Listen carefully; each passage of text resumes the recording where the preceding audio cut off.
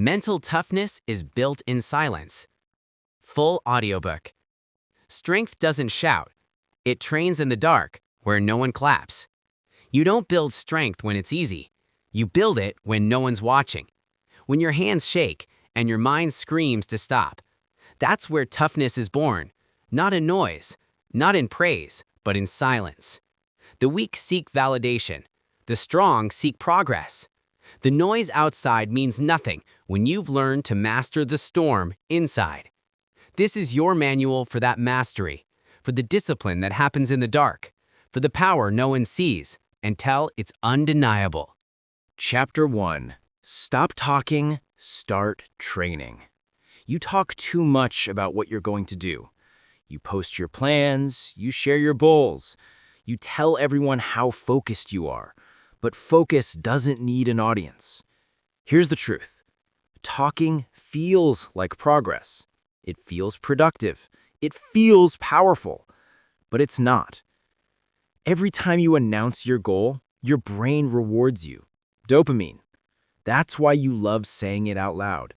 You say, I'm going to get in shape, or I'm launching that business, or I'm going to change my life.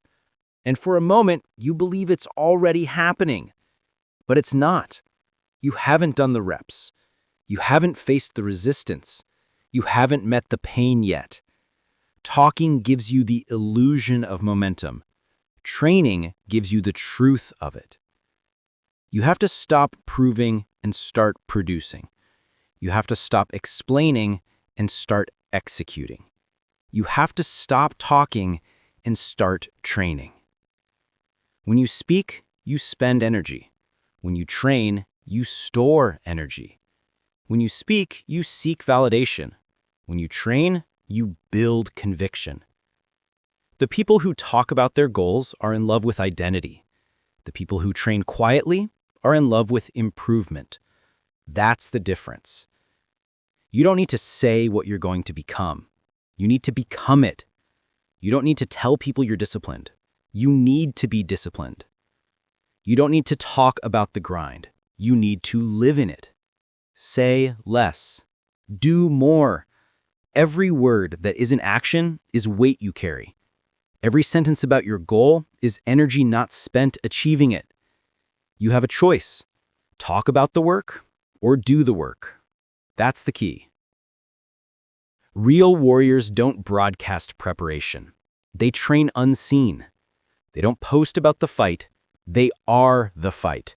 They're too busy bleeding, sweating, and sharpening to pause for applause. When the battle comes, they arrive ready. Because their validation isn't likes, it's victory. The world glorifies talking. Social media has made it normal to announce every move, every dream, every intention. But discipline thrives in silence. Power grows in the dark. You build real strength when you choose to shut up and work. You don't need their permission. You don't need their cheer. You need your reps. Silence keeps you accountable. Because in silence, there's no applause to fake progress, no noise to hide behind, no one to impress, just the truth staring back at you. That's why silence is sacred. It strips you down to what's real. No filters, no validation, just the mirror. You either showed up today or you didn't. You trained or you talked. You either grew or you stayed the same. And every day you repeat that choice. That's the grind. That's the discipline. You want to be great? Then learn to be quiet. Let your work echo. Let your results make the noise. Think about it. The best athletes, the best soldiers, the best leaders, they all have one thing in common. They work relentlessly when no one's watching. Kobe Bryant didn't post his workouts. He did them. Special forces operators don't brag about missions. They execute them. Monks don't tweet about their discipline. They embody it. That's the lesson. Greatness doesn't need witnesses. It just needs consistency. You don't need motivation. You need momentum. And momentum is built in silence. One rep, one page, one decision at a time. Here's what you need to understand. Talking about the goal feels like movement, but it's the opposite. It's friction disguised as motion. It's the treadmill of self-validation. You think you're advancing, but you're standing still, surrounded by noise. So today, choose differently. Say nothing, just move. Write the plan, execute, adjust, repeat. The only words that matter are the ones backed by effort. When someone asks what you're working on, say, "You'll see," because they will. In time, through your results, through your transformation. Don't speak it, build it. That's your new mantra. Every time you feel the urge to announce your next move, repeat it. Don't speak it, build it. Training is sacred because it's honest. The weights don't care about your excuses. The miles don't care about your followers. The discipline doesn't care who's watching. It's just you and the truth. Every rep a conversation with yourself. Every repetition a reminder you're not what you say, you're what you prove. You don't need more words, you need more sweat. You don't need inspiration, you need repetition. You have a choice, right now.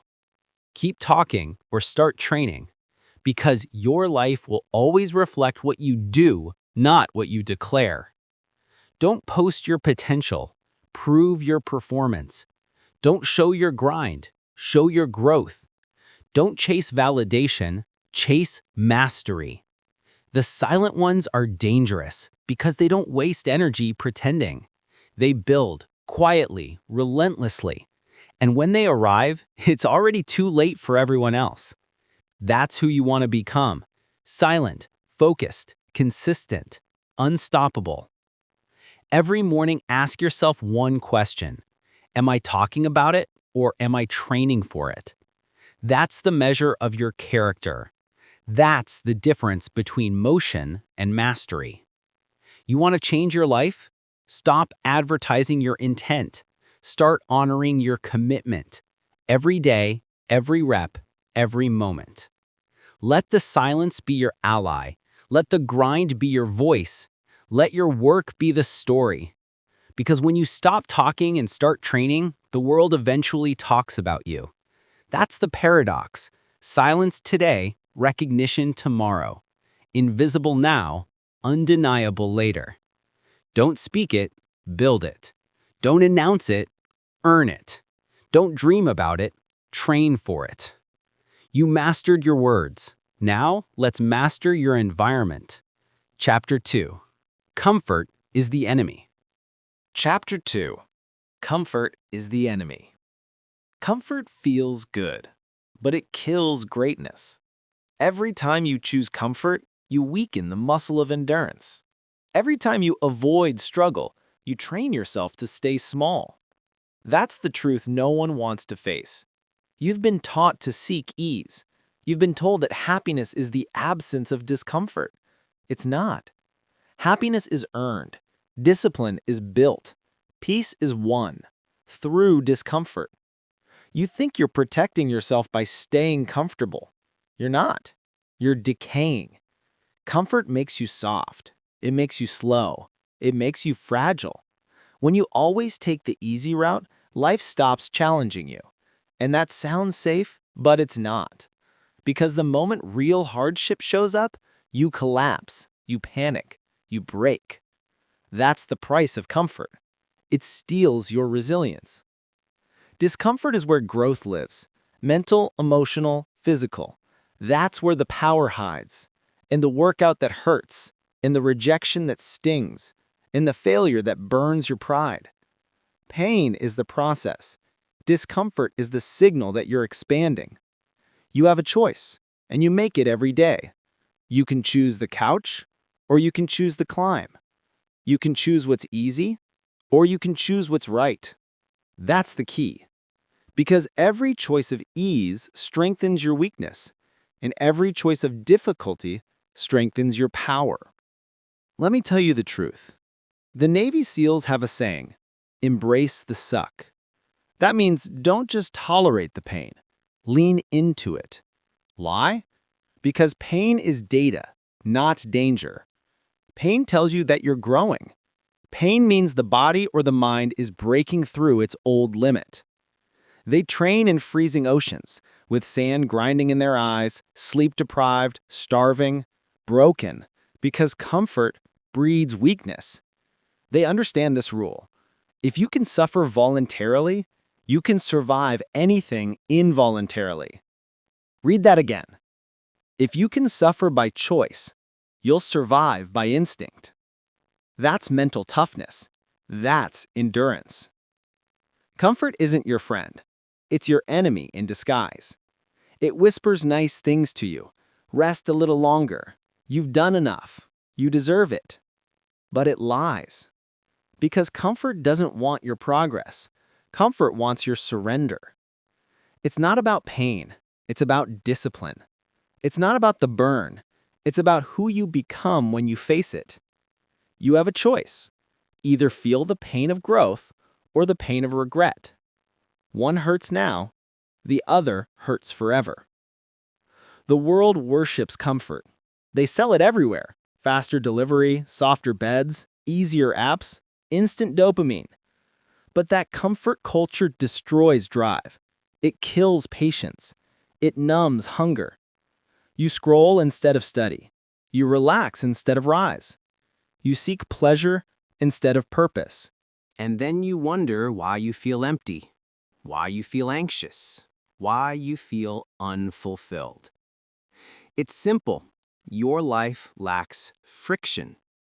You've removed the very thing that builds your strength, resistance. Without resistance, there's no muscle. Without pressure, there's no diamond. Without discomfort, there's no discipline. You don't grow in the moments of ease. You grow when you struggle to continue. So stop running from discomfort. Run toward it. That's the secret no one tells you.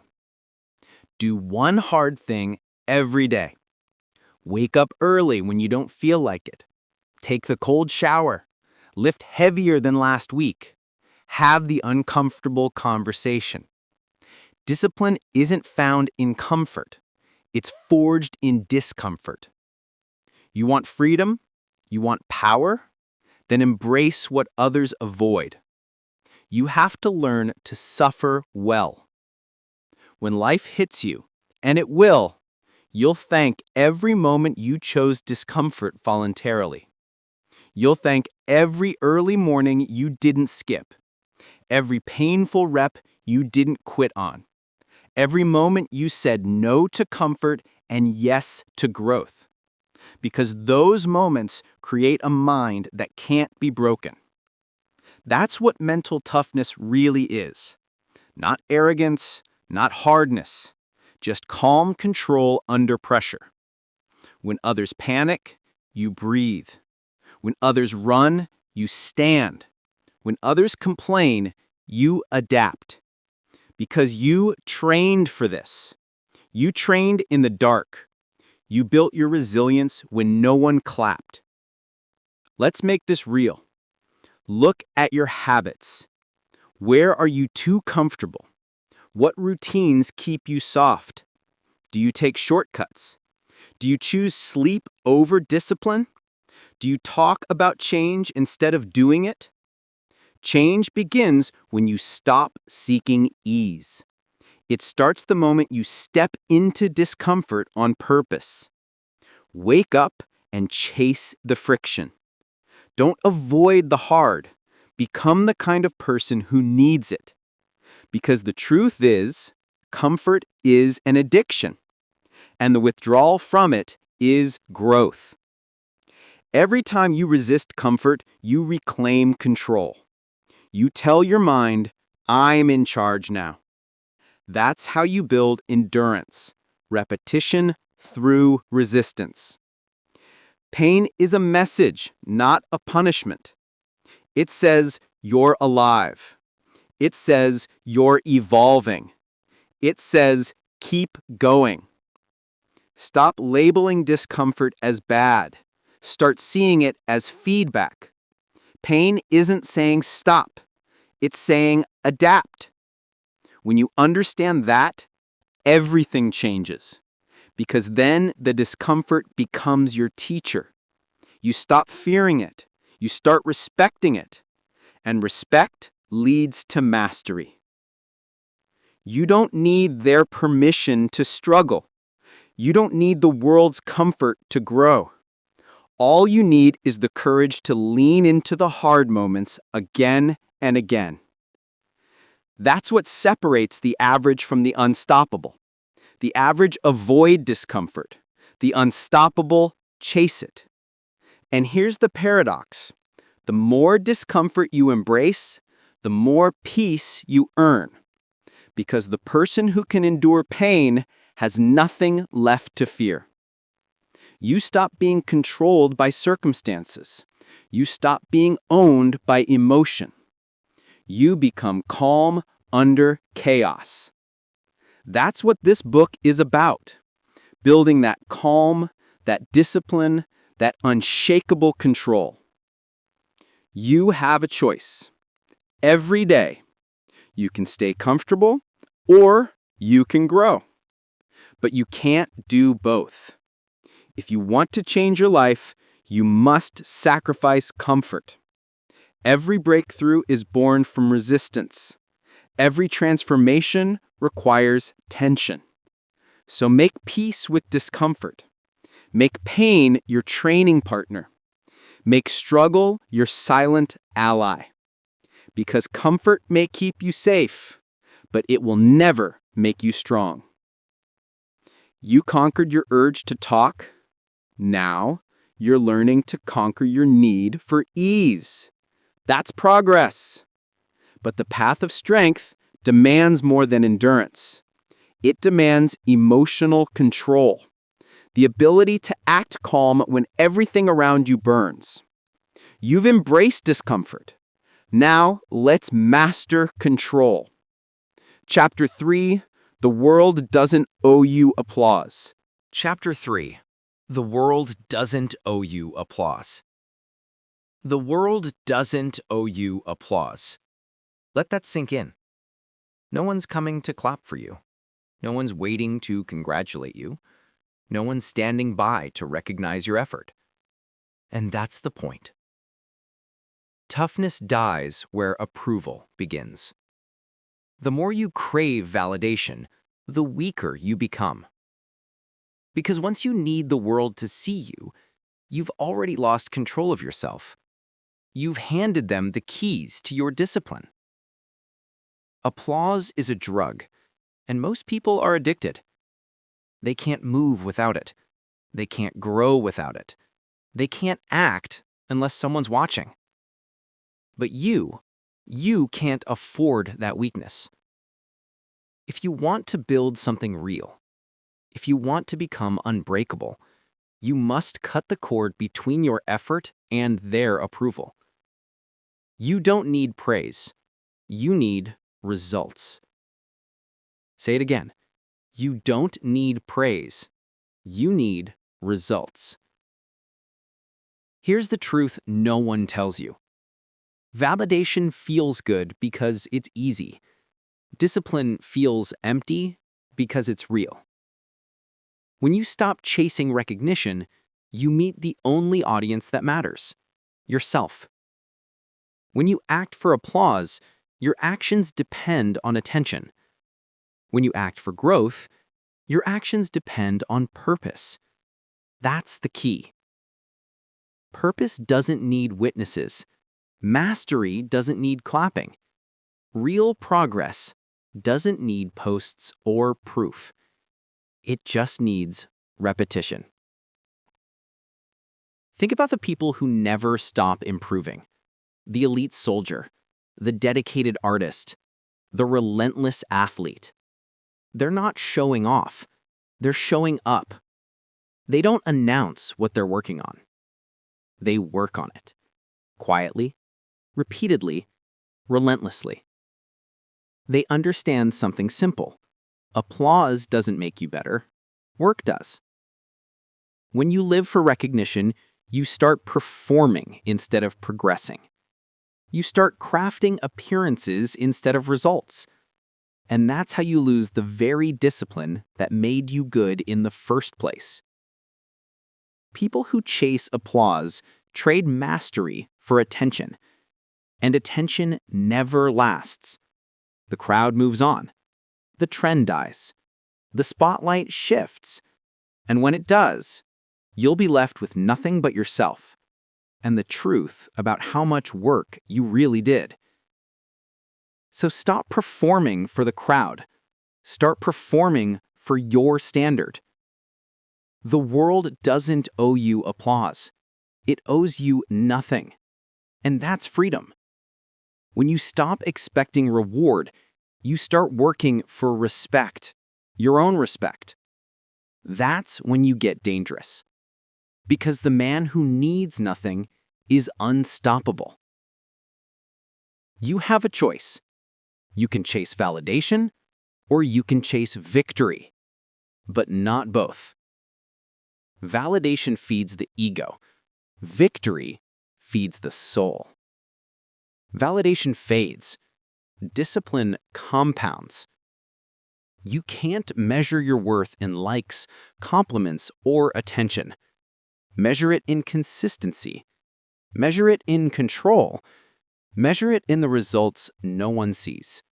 You don't need their permission to grind. You don't need their applause to improve. You just need to decide, is your goal mastery or is it attention? That's the question every warrior faces. Applause makes you soft. It makes you dependent. You start chasing the noise instead of the work. And once you crave the noise, you'll do anything to keep it. You'll lower your standards. You'll water down your message. You'll stop taking risks. Because the applause became more important than the truth. Don't fall for that trap. The world doesn't care about your potential. It only reacts to proof. You don't need to tell people what you're capable of. You need to show them. And you show them through results, through output, through mastery. Every time you look for approval, you give away a piece of your power. Every time you wait for applause, you delay your progress. And every time you stop because no one's watching, you prove you were never doing it for you. So here's the rule. If you only train when you're seen, you'll never be strong when you're alone. If you only push when they cheer, you'll collapse when they're silent. Strength is built in solitude, when the applause stops and the grind continues. You have to get addicted to that silence, because that's where truth lives. The quiet work is the real work. No one's filming your early mornings. No one's clapping for your repetitions. No one's thanking you for your sacrifices. And that's fine. That's how it should be. You build in silence, you win in public. The applause doesn't make you great. It only confirms what you've already built. So stop begging for it. Stop needing it. Stop waiting for it. You don't need their recognition. You need your repetition. Here's what I want you to do. For the next 30 days, stop talking about your progress. Don't post it, don't share it, don't announce it. Just work. Let the silence test you, because the first few days will feel strange. You'll crave attention. You'll want someone to notice. But keep going. That silence will start shaping you. You'll begin to feel something new. Ownership, pride, independence. You'll realize that you don't need the world to clap because the work itself becomes your reward. That's the shift. That's the transformation. The applause will come when it's earned. And when it comes, you won't need it because you'll already know your worth. That's when you're free. Free from needing them, free from proving anything, free to just create, improve, and dominate. You'll understand that real confidence is quiet, and real results don't shout, they show. You don't need praise, you need results. You don't need their eyes, you need your focus. You don't need to be liked, you need to be legendary. That's the mindset that separates the few from the rest. So remember this, the world doesn't owe you applause. It owes you nothing, and that's your advantage. Because while everyone else is waiting to be seen, you're becoming undeniable. While they seek attention, you seek ascension. While they chase validation, you build value. That's power. That's peace. You mastered your comfort. Now you've mastered your need for approval. Next, we'll master something even harder: the art of suffering intentionally. Because real growth isn't about control when things go right. It's about control when everything hurts. Chapter 4: Suffer Intentionally. Chapter 4: Suffer Intentionally.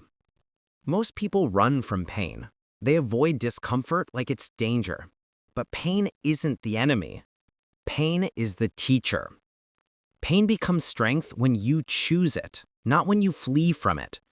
That's the rule of growth. That's how warriors are made, not in comfort, not in ease, but in chosen suffering.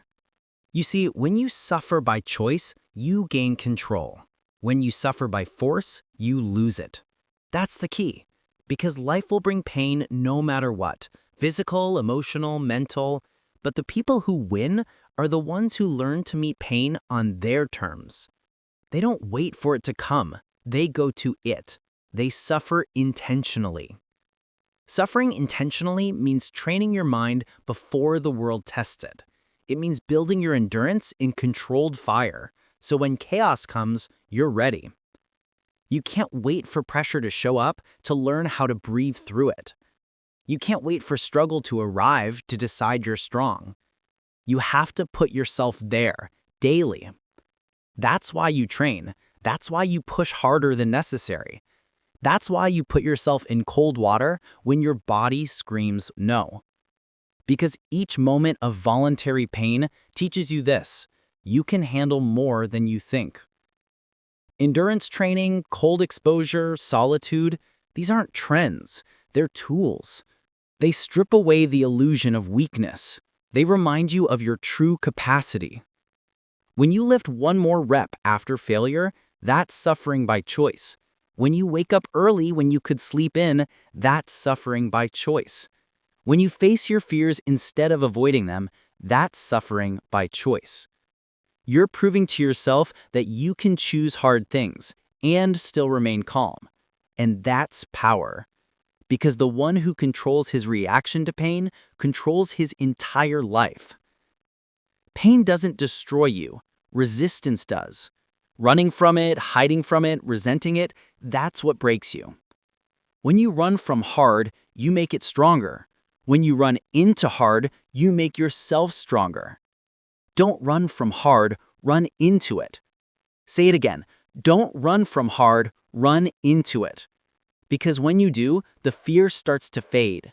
You realize pain is temporary, but power is permanent. You learn that fear of pain is worse than pain itself.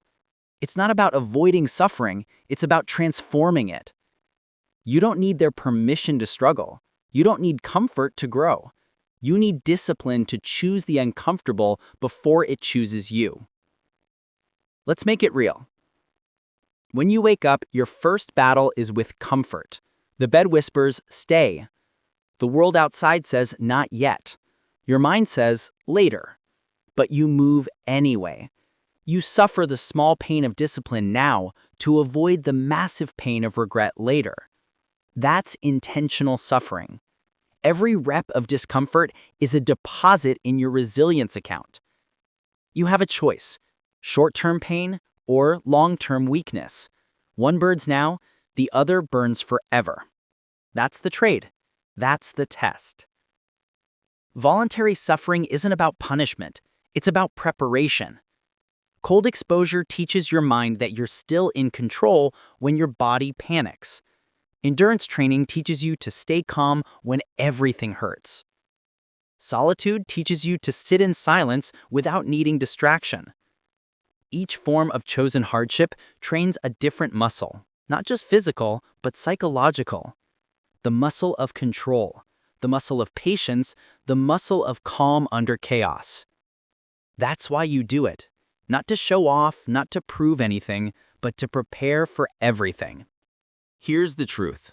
Most people never reach their potential because they avoid discomfort. They want results, not resistance.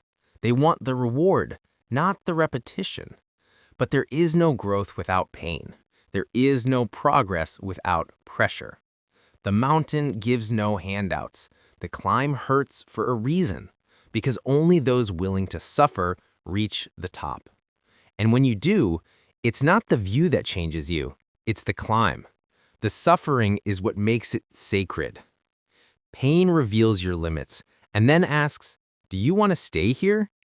You can stop and remain ordinary, or you can keep going and become exceptional. That's the choice every great one makes. The boxer in round 11, the soldier in the freezing mud, the student at 3 a.m., the runner gasping at mile 19. They all feel the same pain you do, they just don't run from it. They've learned that pain is not punishment. It's information. It's adaptation. It's the process of becoming. When you suffer intentionally, you teach yourself to lead your body, not follow it. You teach your mind to command your emotions, not obey them. That's discipline. That's control. Every time you face chosen discomfort, you sharpen your focus. Every time you step into voluntary pain, you strengthen your resolve. You build a calm that no chaos can break, because you've already felt worse and survived it. That's why the strong are calm. They've rehearsed pain so often that it no longer controls them. Pain still speaks, but they choose whether to listen. Suffering intentionally is not about becoming numb. It's about becoming aware. When you sit in discomfort, you meet yourself without filters. You learn what you fear. You learn what you avoid. You learn what you're capable of. Pain is honesty in its rawest form, and when you stop running from it, you start respecting it. Respect brings power. Power brings peace. That's how suffering transforms you, not by destroying you, but by refining you. So here's what I want you to do. This week, choose one form of voluntary suffering. Wake up earlier. Take a cold shower. Run when you don't feel like it. Study when your mind wants distraction. Each act of chosen discomfort is a vote for your future strength. It's you proving, I can do hard things and remain calm while doing them. Do it long enough, and pain becomes your ally. Because you'll start to crave it, not for how it feels, but for what it builds. Don't run from hard. Run into it. That's the mantra. Run into the cold. Run into the pain. Run into the fear. Because the harder the path, the greater the transformation. Suffer intentionally. Suffer voluntarily. Suffer to grow. You've trained your body to move without applause. Now you're training your mind to endure without comfort. You're building something unshakable, the power to stay composed in chaos. And that's just the beginning. You've learned to run into hard. Now let's learn to master your emotions when you get there. Chapter 5. Emotions are signals, not commands. Chapter 5. Emotions are signals, not commands. Emotions are not the enemy, but they are not your master either. They're signals, not commands. They're information, not instructions. That's the key. Emotional control is the foundation of mental strength. Without it, all your discipline, all your training, all your routines crumble the moment you feel something uncomfortable. You can have the best plan in the world, but if every emotion pulls you off course, you'll never finish the mission. Anger, fear, doubt, anxiety. They all speak the same language. Urgency. They all scream for your attention. They demand reaction.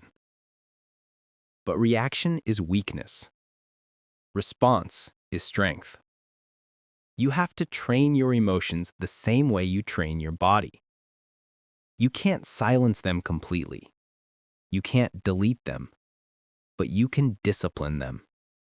Because emotions are meant to inform you, not to control you. That's what separates the calm from the chaotic, the professional from the amateur, the soldier from the panicker. Think about a soldier under fire. Adrenaline pumping, fear flooding. Every instinct says run. But he doesn't. He stays calm, he acts. Not because he doesn't feel fear, but because he's trained to act despite it. He feels the emotion, he registers it, then he commands it. That's mental toughness. That's emotional mastery. You can feel fear, but you can't obey it. You can feel anger, but you can't feed it. You can feel doubt, but you can't surrender to it. The moment you obey emotion, you give it power. The moment you master it, you reclaim control. Every emotion is a signal, a message about what's happening inside or around you. But it's not the truth. It's a perspective. Fear says, there's danger. Anger says, something feels unfair. Doubt says, I'm uncertain. That's all information, not instruction. You decide what to do with it. You have a choice. That's the power. That's the discipline. You don't need to destroy your emotions. You need to lead them.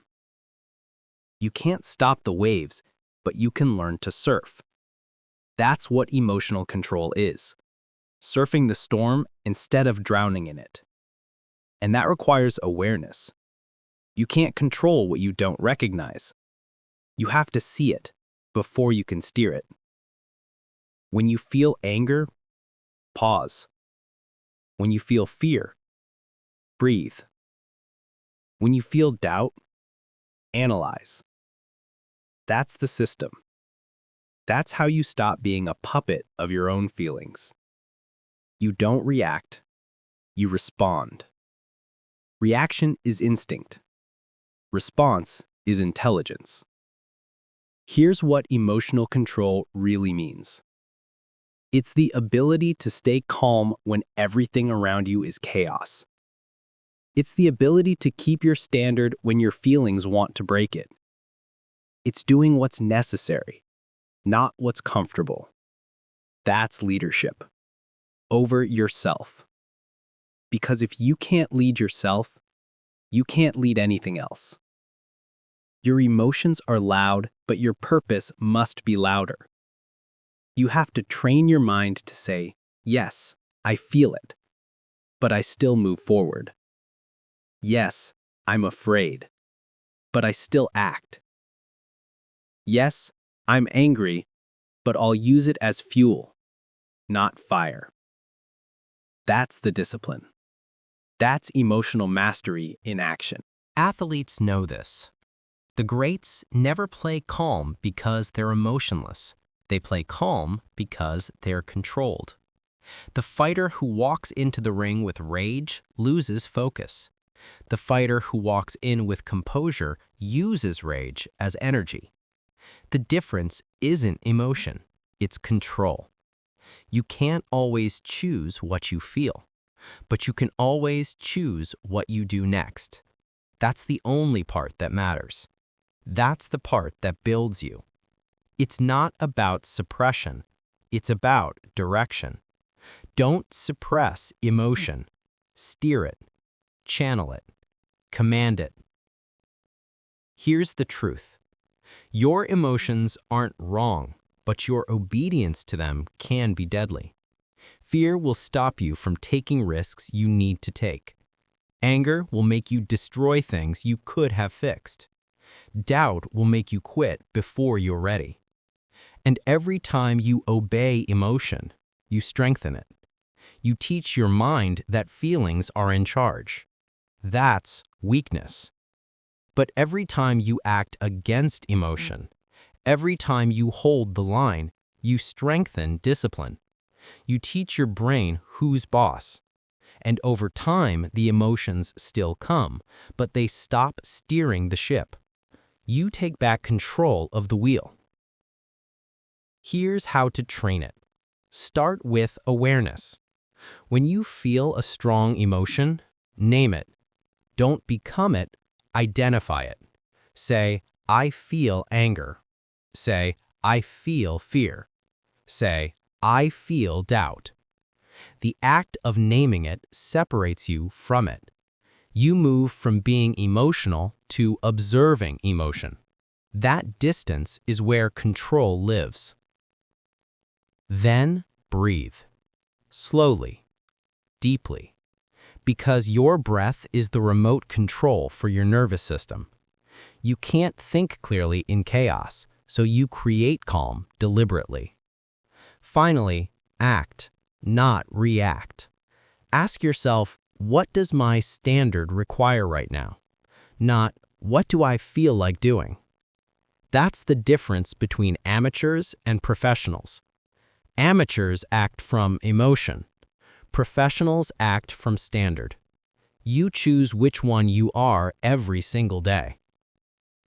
Emotional discipline isn't about being cold. It's about being consistent. You still feel deeply. You still care. You just refuse to let those feelings sabotage your mission. That's not denial. That's dominance. The goal isn't to kill your emotions. It's to command them. Because emotions are energy, and energy, when directed, becomes power. Use anger to fuel effort. Use fear to fuel preparation. Use doubt to sharpen your plan. Use sadness to deepen your empathy. You can't control emotion, but you can control where it goes. That's mastery. And here's the ultimate truth. When you control your emotions, no one can control you. Not the critic, not the failure, not the stress, not even the chaos. Because you've built a fortress inside. Unshakable, focused, calm. That's real power.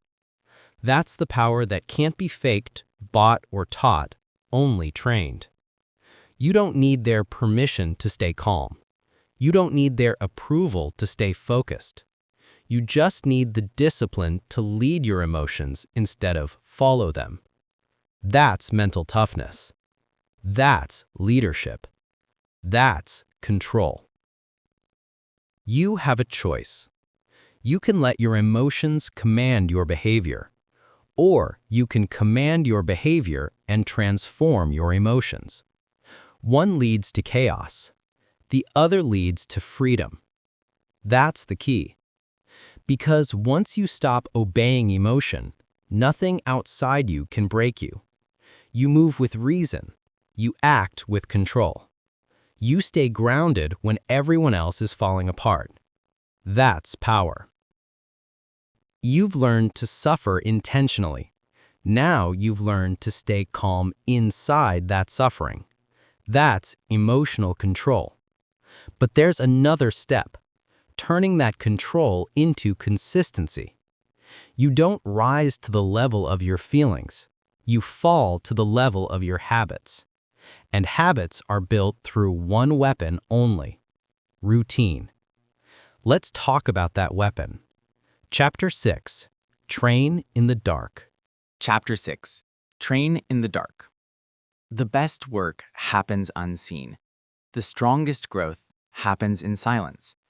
The truest progress happens when no one's watching. That's the rule. That's the code. Train in the dark, win in the light. Because what you do privately becomes who you are publicly. The early mornings, the late nights, the silent repetitions that no one counts, that's where greatness hides. You can't fake what's done in the dark.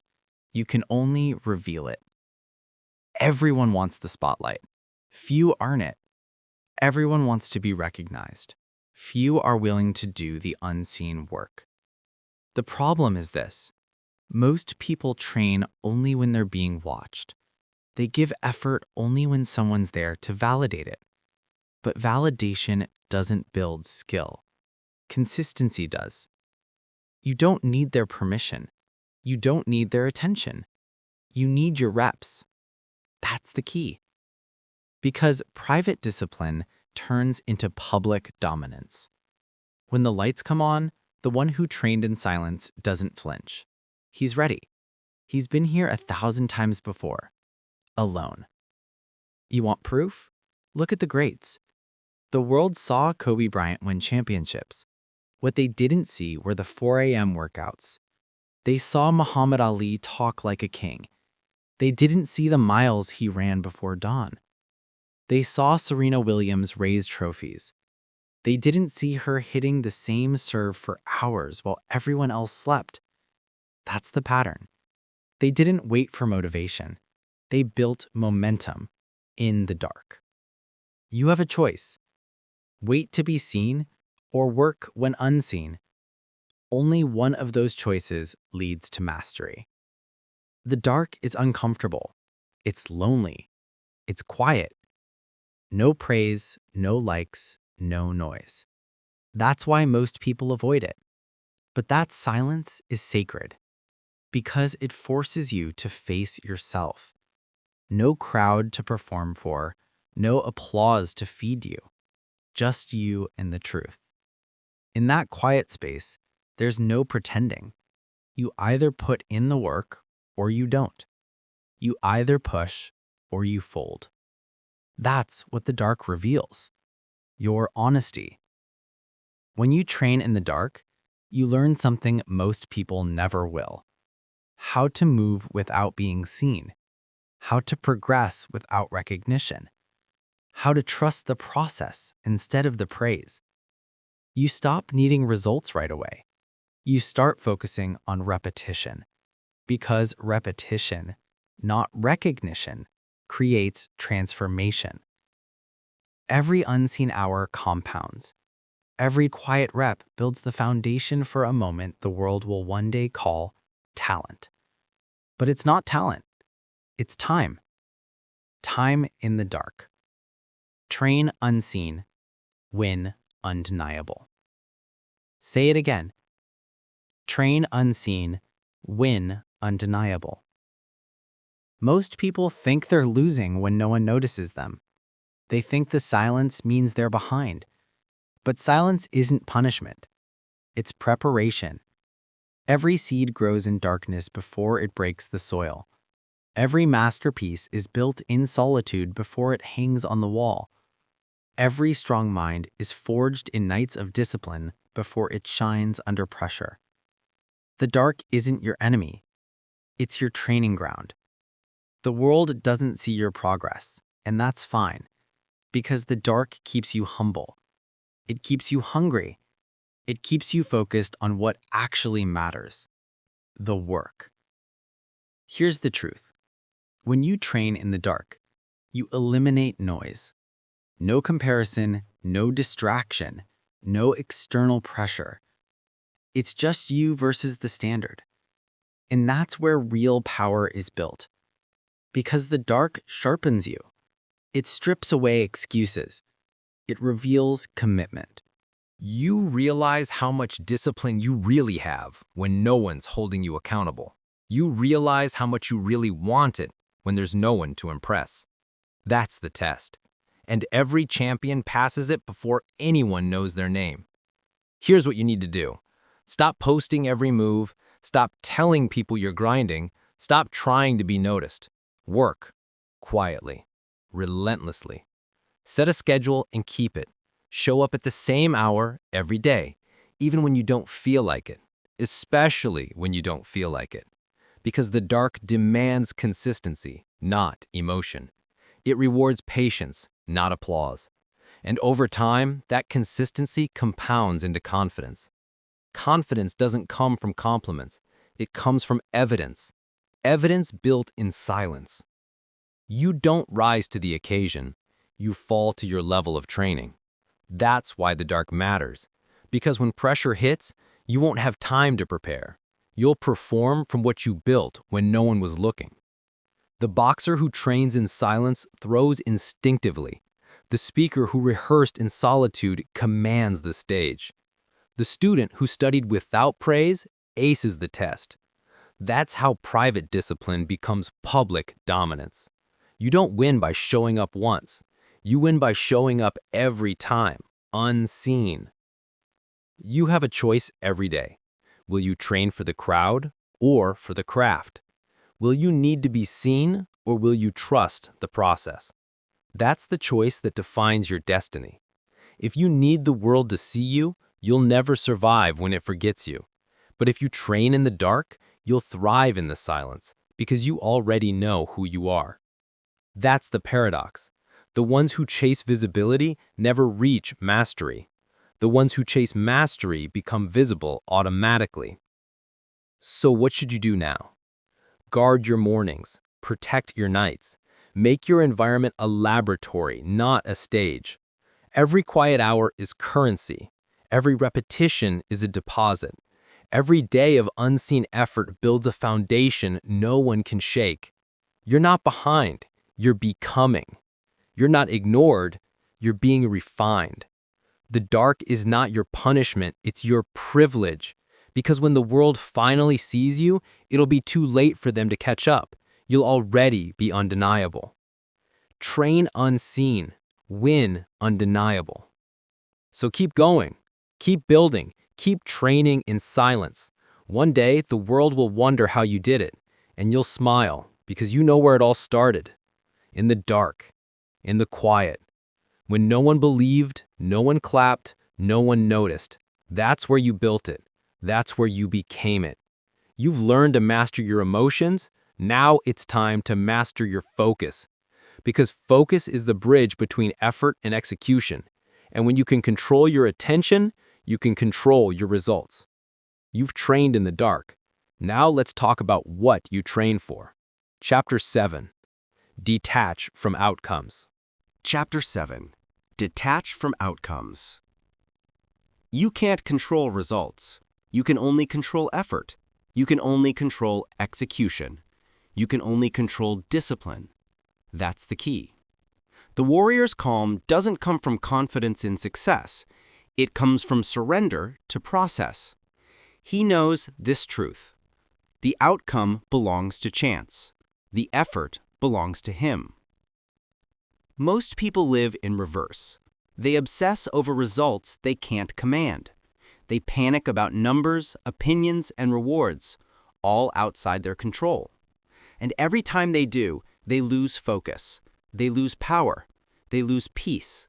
Because when you attach yourself to outcomes, you attach yourself to anxiety. That's the trap. That's the poison. You start performing to win instead of performing to improve. You start chasing approval instead of chasing mastery. You start fearing failure instead of learning from it. You have a choice: live for outcomes or live for process. Only one leads to freedom. Detachment doesn't mean apathy. It doesn't mean you stop caring. It means you stop clinging. It means you give full effort without needing a guarantee. That's the hardest form of discipline, showing up when the result isn't promised. Because real mastery is built in uncertainty. That's where the warrior lives. He fights without knowing the outcome. He gives his all knowing he may still lose. And he does it anyway, because the fight itself is the reward. You don't need to win to be proud. You need to know you gave everything you had. That's control. That's peace. You have to stop trying to control things that aren't yours to command. You can't control how people respond.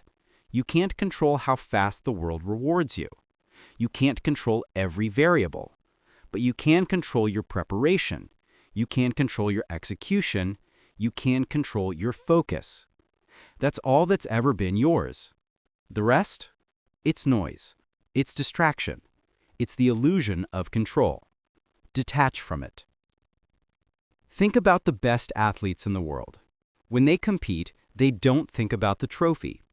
They think about their technique, their breathing, their rhythm, their form. Because they know If the form is right, the result will follow.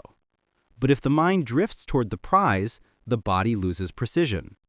Pressure replaces presence. The athlete who focuses on form, not fame, performs under pressure. That's the secret. Focus on the controllable, detach from the outcome. That's the way of mastery. You have to learn to measure yourself differently. Stop asking, "Did I win?" Start asking, "Did I give my best?" Stop asking, "Did they notice?" Start asking, "Did I stay disciplined?" Because when you base your value on results, you become a slave to them. But when you base it on discipline, you become unstoppable. Results fluctuate. Standards don't. The weather changes. The warrior remains. You don't need their permission to feel proud. You don't need a medal to validate the mission. You just need the courage to give everything and release everything. That's emotional freedom. Attachment is fear in disguise. You cling to outcomes because you're afraid to fail. You fear what people will think. You fear loss. You fear insignificance. But fear blinds you. It pulls your focus from what you can do into what you can't. That's why detachment is strength. It's not indifference, it's clarity. When you detach, you can see the field clearly. You can move strategically. You can act calmly.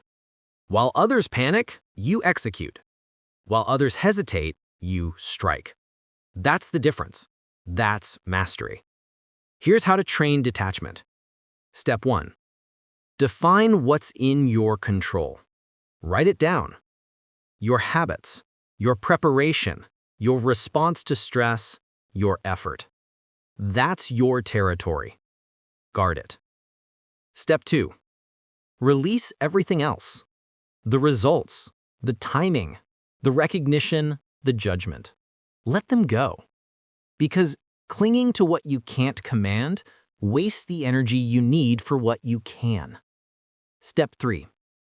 Trust the repetition. That's the foundation of peace. If your habits are strong, outcomes become irrelevant because you know results will come sooner or later. Detach from the scoreboard. Fall in love with the work. You can't force the harvest.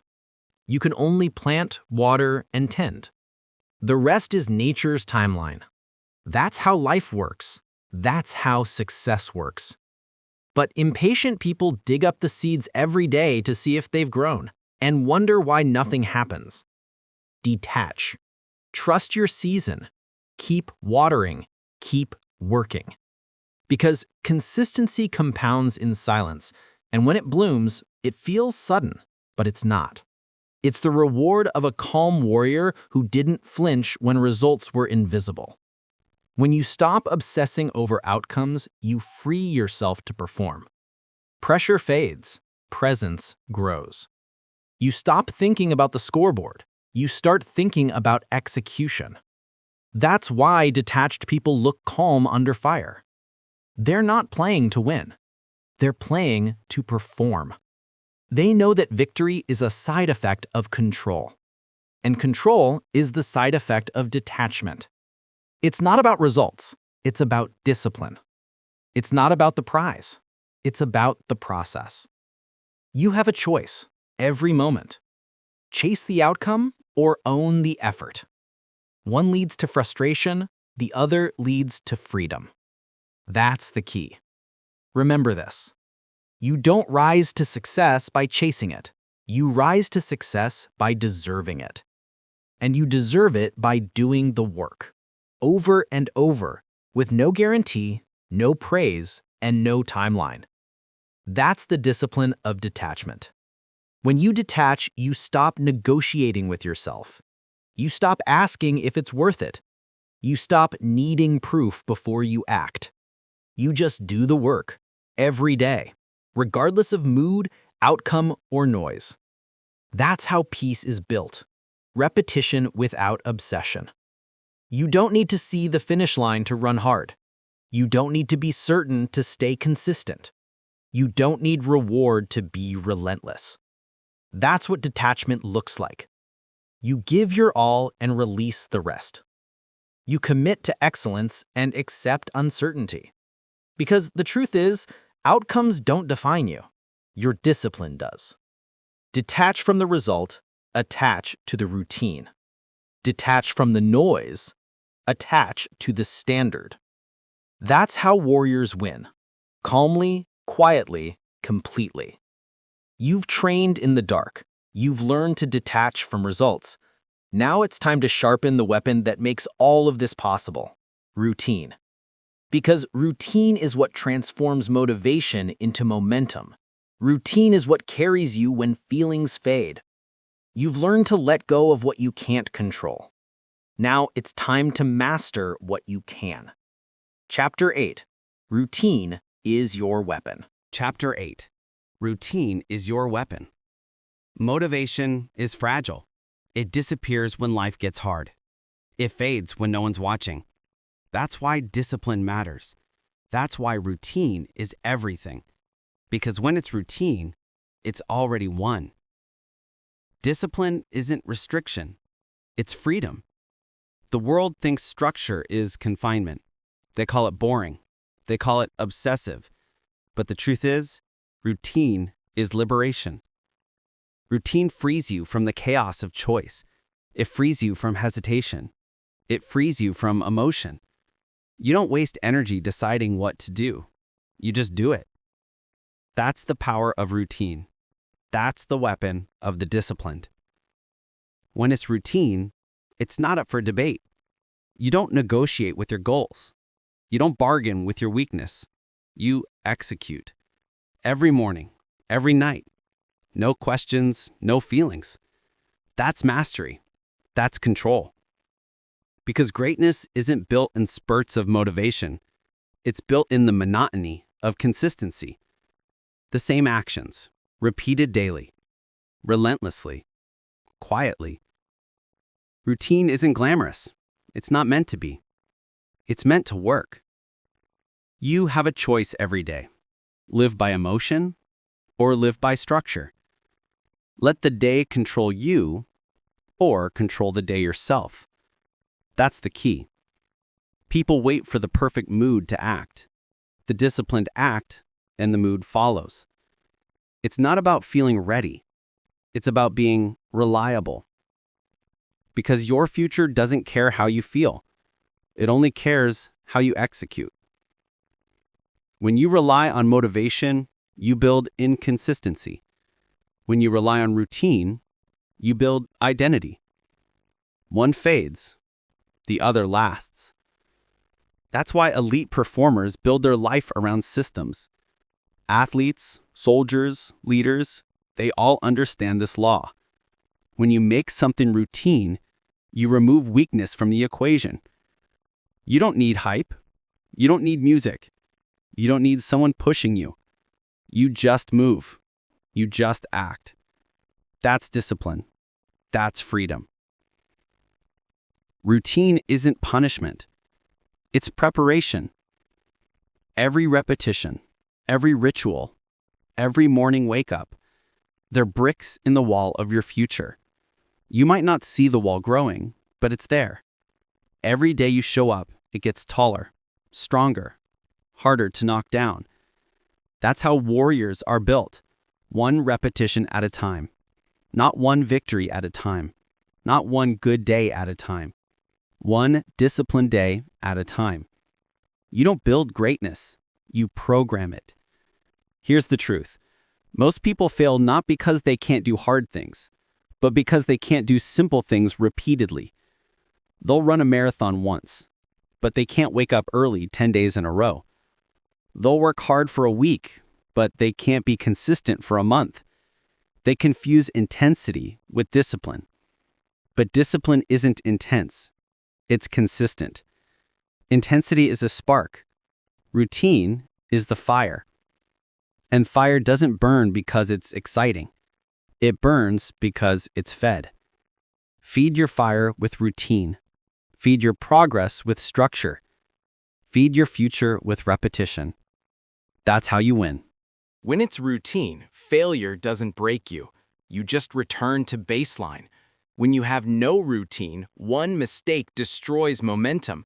But when your life is structured, you rebound automatically. You don't restart, you continue. That's the beauty of systems. They protect you from emotion. They stabilize chaos. That's why the military builds routine into everything. It's not about order, it's about mental strength. When chaos hits, the man with a routine doesn't flinch because he's trained himself to act automatically. Routine builds momentum. Momentum builds confidence. Confidence builds peace. That's the real reward, peace. You stop second-guessing. You stop overthinking. You stop wasting energy on when to start because you've already decided. That's the peace of discipline. It's not about control over others. It's about control over yourself. Because when your routine becomes unshakable, life stops feeling unpredictable. You're in command of your mind, of your day, of your destiny. So how do you build it? Start small. Pick one ritual. Do it every day, no exceptions. Wake up at the same time. Train at the same hour. Read for the same duration. Repeat until it's automatic. That's how habits harden. That's how identity forms. Then add another ritual. Stack the wins. Routine doesn't have to be complicated. It has to be consistent. Every time you repeat an act of discipline, you carve a deeper groove into your mind, a neural path that says, "This is who I am." And when that identity forms, effort becomes effortless. That's the secret of the disciplined. They're not motivated, they're programmed. You have a choice. Keep living reactively, waiting for the right moment, the right feeling, the right spark, or take command of your life through structure. When it's routine, it's already won. You don't chase success, you repeat success. You duplicate the actions that move you forward until they become second nature. You don't rise to the level of your goals, you fall to the level of your systems. Build systems that hold you when you're tired. Build routines that move you when motivation dies. Because motivation will die, and when it does, routine is what keeps you alive. Here's the paradox. The more structured your life becomes, the freer you feel, because structure removes chaos, and chaos is what steals your peace. You don't have to think. You don't have to wonder. You don't have to negotiate. You just act. That's the freedom of the disciplined. That's the strength of the consistent.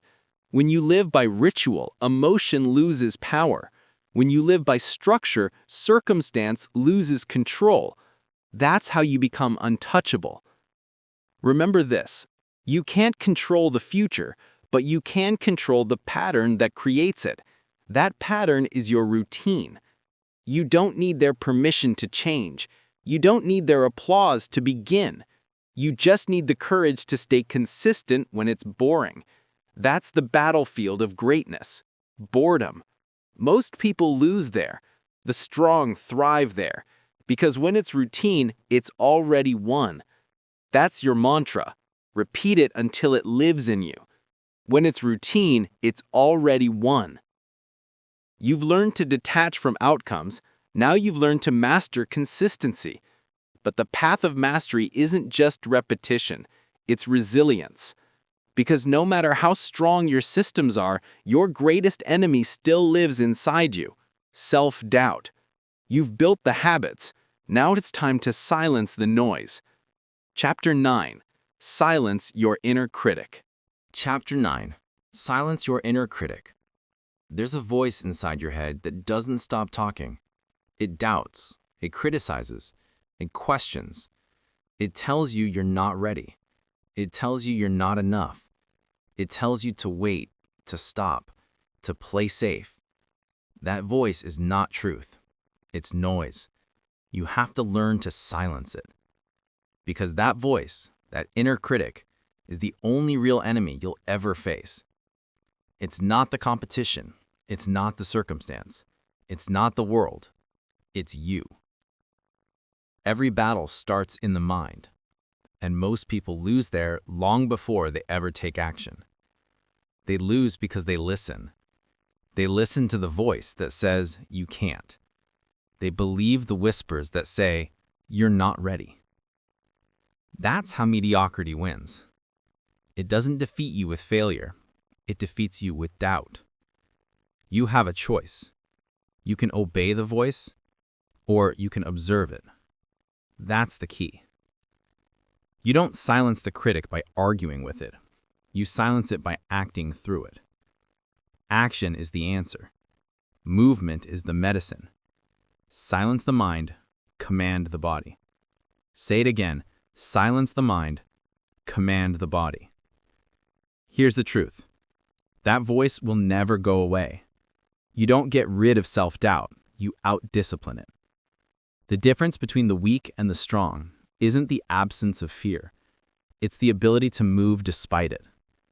The weak wait for confidence. The strong act their way into it. Confidence isn't built in thought. It's built in proof. And every action is proof louder than thought. You don't need to believe yet. You just need to move. Belief comes after momentum. That's the paradox. Your inner critic will always have something to say. It will tell you that you're not talented enough, that you're too late, that you don't have what it takes. But here's what it doesn't know. It doesn't control your hands. It doesn't control your feet. It doesn't control your breath. You do. You don't have to silence the noise before you act. You silence it by acting. The louder the action, the quieter the doubt.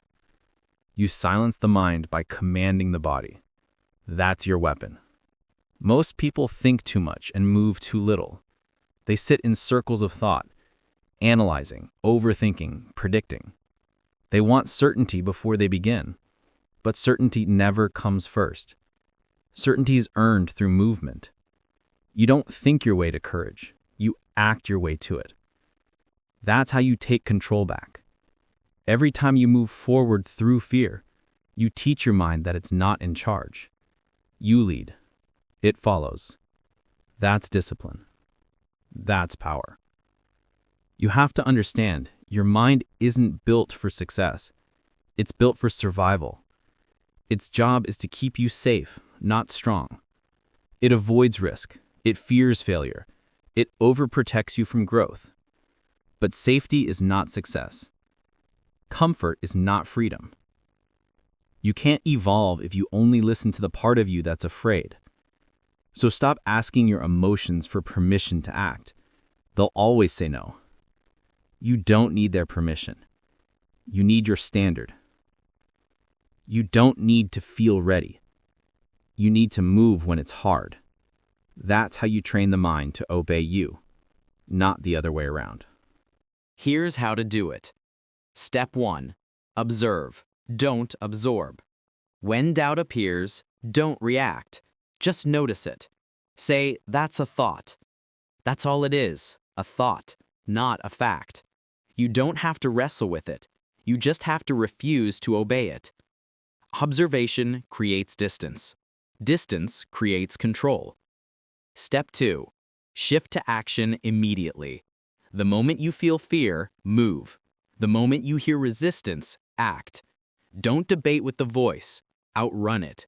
Because action kills anxiety faster than logic ever will. Step 3. Build evidence. Every small win becomes proof that the critic is wrong. Every repetition chips away at its authority. The more you act, the quieter it gets. Because the mind learns from repetition, not from reasoning. You don't outthink fear. You outwork it. Let's be clear. The inner critic doesn't want to destroy you. It wants to protect you. But it does it the wrong way. It was built for a world that no longer exists. A world where risk meant danger, where failure meant death. But now, risk means growth. Failure means data. You have to reprogram that old instinct. You have to teach your mind that discomfort isn't danger. It's direction. When fear speaks, don't run. Listen, then move forward anyway. That's the discipline. That's mastery. The voice won't stop whispering, but you can stop listening. And when you stop listening, you start leading. Because silence isn't the absence of thought, it's the mastery of attention. You choose what deserves your energy. You choose what voice gets amplified. And every time you act, the inner critic loses ground. Action creates silence, silence creates confidence, confidence creates peace. That's the chain. That's the formula. Remember this, you can't think your way out of fear. You can only move your way through it. Every great warrior has a loud mind. They just don't let it steer. They feel doubt, but they march. They hear fear, but they fight. They sense failure, but they focus. Because emotion is not instruction. It's a signal, nothing more. You can observe it, you can respect it, but you cannot obey it. Silence the mind, command the body. That's the code. The mind is loud when the body is still. That's why movement matters. Run, train, work, build. Every act of effort is a form of meditation. Not the calm kind, the warrior kind. The kind that says, I'm still here. The kind that says, you don't get to control me. That's how you reclaim your mind, by proving to it, again and again, who's in charge. You have a choice. You can keep believing the voice that says you can't, or you can become the proof that says you can. Every time you take action, you silence doubt. Every time you execute, you kill hesitation. And every time you move forward, the noise gets quieter. Until one day, it's not that the voice disappears, it's that it no longer matters. Because your actions are louder than your thoughts. And your proof is louder than your fear. You've silenced the inner critic. You've commanded the body. Now it's time to master something even greater. Patience. Because real mastery doesn't happen in a day. It happens through years of persistence, repetition, and delayed gratification. You've learned to command yourself. Now it's time to learn to wait without quitting. Chapter 10. Be unseen until you're unstoppable. Chapter 10. Be unseen until you're unstoppable. Real mastery hides in plain sight. Quiet progress, consistent grind, unannounced evolution. That's how greatness is built, silently, slowly, deliberately. You don't announce transformation. You demonstrate it. You don't speak about becoming unstoppable. You become unstoppable when no one's watching. Let your results make the noise. We live in a world obsessed with exposure. Everyone wants to be seen. Everyone wants to be known. Everyone wants the spotlight. But the spotlight doesn't make you strong. It blinds you. It distracts you. It feeds your ego and starves your growth. You don't grow in the light. You grow in the dark. You grow in the quiet places where progress has no audience. That's where mastery begins. Not when they're watching, but when you're alone. The best warriors don't talk about battle. They train for it.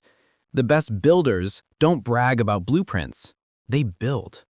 The best leaders don't announce the plan. They execute. That's the difference. The loud ones chase attention. The silent ones chase improvement. Attention fades. Improvement lasts. You have a choice. Do you want to be seen, or do you want to be strong? Because you can't have both at the same time. When you chase recognition, you dilute your focus. You start performing for the crowd instead of performing for the craft. You start asking, how do I look, instead of, am I improving? That's how mediocrity sneaks in disguised as popularity. The strong don't need visibility. They need victory. You don't need to be seen. You need to be effective. You don't need followers. You need results. That's the key. Be unseen until you're undeniable. Be silent until you can't be ignored. Every hour of unseen work builds the foundation for unstoppable momentum. Every quiet repetition adds another brick to your strength. And one day, when the world finally sees you, it'll look like you came out of nowhere. But you'll know the truth. You didn't come out of nowhere. You came from discipline, from consistency, from the grind no one applauded. That's the path of the master. Being unseen is not about hiding. It's about preparing. It's about staying patient while the world gets distracted. It's about refusing to rush your evolution just because they're watching someone else rise faster. Progress isn't a race. It's a revelation. You're not behind. You're becoming.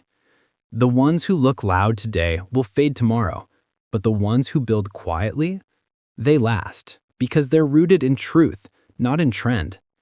You don't need their permission to grow slowly. You don't need their validation to grind quietly.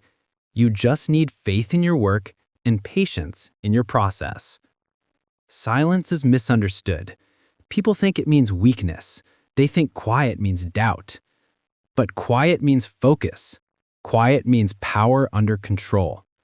You don't see the roots of a tree, but they hold the entire forest upright. That's what your private work is, your roots. No one claps for roots. No one celebrates foundations. But without them, nothing stands. Every hour you train in silence strengthens the roots that will carry your future. Train quietly, build quietly, grow quietly. Then, when the time comes, you won't need to speak. Your results will do it for you. You have a choice every day. Seek attention or build momentum. The loud seek applause. The disciplined seek improvement. And improvement takes time. That's why most people quit, because the quiet seasons feel empty. They feel invisible. They feel like nothing's happening. But that's the illusion. The quiet season is where everything happens, where you sharpen your tools, where you learn patience, where you master yourself. The silence tests you, and the test is simple. Can you keep going when no one sees, no one notices, no one cares? That's the crucible of mastery. Because if you can perform in the silence, you'll dominate in the spotlight. Here's what you need to remember. Your progress doesn't need an audience. Your consistency doesn't need applause. Your evolution doesn't need exposure. You don't need to prove anything yet.